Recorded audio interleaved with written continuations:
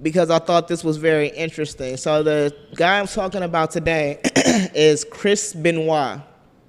If you are a fan of WWF, SmackDown, stuff like that, you probably heard of the wrestler Chris Benoit. Used to wrestle back in the day. He was super popular in the 90s and the 2000s. He also worked with the ECW, which is the Extreme Championship Wrestling. Basically a bunch of other wrestling organizations I had no idea existed. I did used to watch WWF back in the day when I was like in third grade.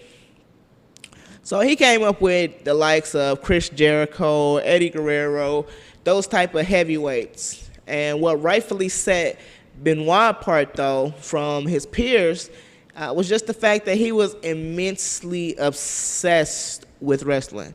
And he had been since the age of 13. Basically, Chris went to a wrestling match when he was 12, and he saw this guy named Kid Dynamite and some other wrestlers who were very popular at that time. And from that moment, he decided that he wanted to be a wrestler. And while he ends up doing some crazy, pretty much fucked up shit, I have to say that his dedication to his passion was certainly commendable. You know what I mean? To decide what you want to do with your life at the age of 13 and actually do it, is it genius or is it stupidity? Anyway, he did commit to wrestling. This guy was born in 1967, and by 1985, he had began a career in the New Japan Pro Wrestling League. So 1967, 1985, he was 18 years old, and he was already in the wrestling league in Japan. So, you know, he immediately jumped into his career. And basically, Chris kind of just went through a lot of smaller wrestling organizations until he eventually joined the WWF. And once he joined the WWF, he pretty much blew up from there. And he became very popular. He actually had this move that he mimicked after Kid Dynamite, which was a headbutt dive, where he would dive from off the ropes and headbutt his opponent. And the thing was, Kid Dynamite actually had told him not to do that move. That move actually ruined Kid Dynamite's life. So this guy, Kid Dynamite, was actually paralyzed from the waist down because his spine was so frayed from doing that move all the time.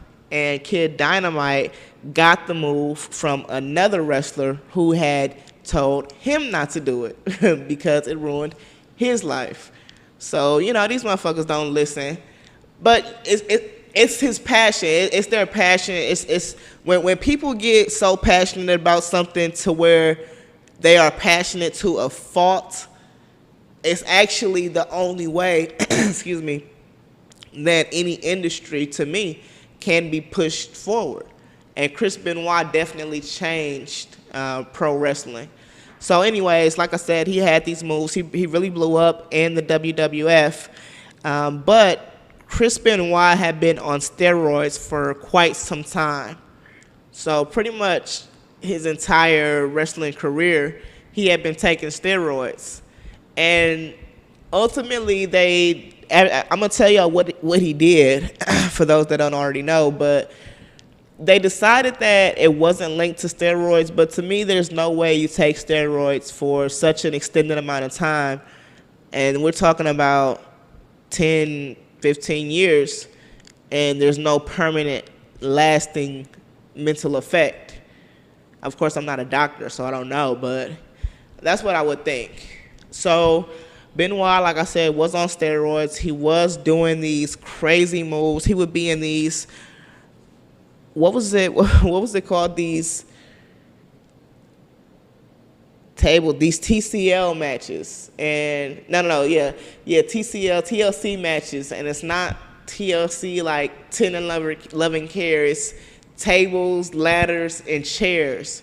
So back in the day, and they can't even do this anymore because of what Chris Benoit did. Back in the day, they would have these wrestling matches where they would literally hit each other with tables, metal chairs, and ladders. So now if you watch wrestling, you'll notice that they can only hit each other in the backs. And it's because initially they would hit each other in the head. And I guess I really don't even understand at what point why they thought that that was even safe. But yeah, Chris Benoit went through all that. He was pretty much wrestling's their poster boy, their rags to riches story. You know what I mean? He started training at the age of 13, committed himself to the sport, to the craft, and he was, even though he was short, that's kind of something that held him back for a while because he was like 5'8", and a lot of these wrestlers are like almost 7 feet or taller. That almost held him back, but because it didn't, he became wrestling's, like I said, their poster boy, their rags to riches story, their against all odds type of story. And at one point, they had this guy, this writer, who he was a wrestler initially, but then he became a writer, and he decided that Benoit should do a storyline with his wife, where his wife acts like she's leaving this other guy for Benoit. And so they're spending so much time together doing the damn story that her and Benoit actually fall in love. They run off together and get married. And it's just a whole lot of drama, but everybody loved him. So basically, what we end up finding out is that on top of the long-term steroid use, Chris Benoit actually developed CTE as well. So I know typically you're used to hearing about CTE in football cases, but like I said, you have to understand this guy was being hit in the head over and over again, not only by, the actual wrestling mat, but tables, chairs, ladders. This guy is being hit in the head by fists, feet. So he did develop CTE. But at that time, CTE wasn't widely recognized, and pretty much the health of the wrestlers came secondary to ratings, views, and stuff like that. So now there are a lot of mental health standards. There's a lot of physical standards. The wrestlers are required to take time off to heal for certain things. Chris Benoit was actually that guy that never took a day off. So like I said, he came up with Chris Jericho, Eddie Guerrero, and Eddie Guerrero was like his best friend. So when Eddie Guerrero died, Benoit pretty much took that very, very hard. And from there, his mental health pretty much just declined, and he never bounced back. So one day, when Chris Benoit was supposed to be on his way to a huge wrestling match, a championship wrestling match, he actually texted Eddie Guerrero's nephew and said, the dogs are in the backyard, the door's unlocked, et cetera, et cetera. And so it was kind of a strange text message, but they're calling him trying to figure out why he's not at the match. And so he's saying, oh, my wife and my son are sick, so I can't come to the match. I have to take care of them. And so one thing that he said that Eddie Guerrero's nephew found weird was when they got off the phone, he said, I love you. So Benoit was kind of like a man's man. He was very hard, very kind of emotionless. He didn't express his emotions. So that immediately stood out above anything else. When he said, I love you, Guerrero's nephew was kind of like, why did he say that? But he thought it was genuine, but he just didn't understand why he said that because he knows Chris is not that kind of guy.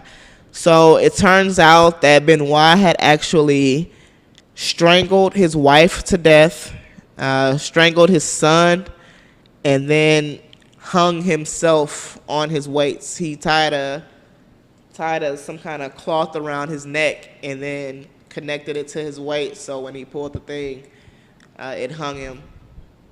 And there was really no there was really no reason from all the things that I've listened to, all the things that I've read. There seemed to not be a reason why he would have done something like this. But when they did, his parents actually donated his brain to science after this happened. So once they observed his brain, that's, like I said, when they determined that he had CTE. And because of Chris Benoit, so many things changed in the world of pro wrestling. Honestly, I think it's pretty interesting, but also what I hated was that WWF and WWE immediately removed all traces of Chris Benoit from their website, from any promotional videos, and I just thought that was kind of weird. I mean, it's wrong that he killed his wife and his son, and I think it's really sad. I think it's a tragedy, and he pretty much went from wrestling's poster boy, I'm trying to think of basically like a male type of Cinderella character. He went from that to being the demon child. He went from being uplifted to being shunned. So it just goes to show that they pretty much used the shit out of him, worked the shit out of him. And he was just so committed to the craft because he loved wrestling. He was just so passionate about it that I don't think that he looked at it as being used. I don't think that he considered it as he was being used. I think that he just enjoyed wrestling. But yeah, he killed his wife and son and himself. And everyone said that they would have never thought Chris Benoit would do something like that. And I guess it just goes to show you never know what's going on in someone's head. We have to kind of take care of one another because you never know what someone else is thinking. I mean, I don't know there's kind of a lot of disputing stories about Benoit's actual character, what kind of guy he was. Of course, his ex-wives called him sometimes cruel. Sometimes they retract those statements. So I'm not really sure what kind of guy he was, but a lot of people said that this completely came out of left field. They would have never imagined that he would do anything like this. But they did say he was a little bit introverted outside of being a wrestler. So, yeah, I just did want to talk about Chris Benoit. Of course, there's no justice to be served in a case like this because he did commit suicide. But, you know, what do you say? You just got to take care of ourselves as far as physically, mentally, making sure that we're not working ourselves to death. Even though I commend him for being so dedicated to his passion, you got to take a day off. You got to take some time to process things. You got to take some time to make sure that you're not working yourself into an early grave or into a state of insanity. All right, so we're going to jump right into the advice segment. Rest in peace to those that were killed in that case. And I'm glad that CTE is much more, spoken about, much more known about now. There's much more research on it, medicine. There's ways to, I don't know if there's ways to treat it. I'm not going to sit here and lie. But at least there's more awareness of it right now.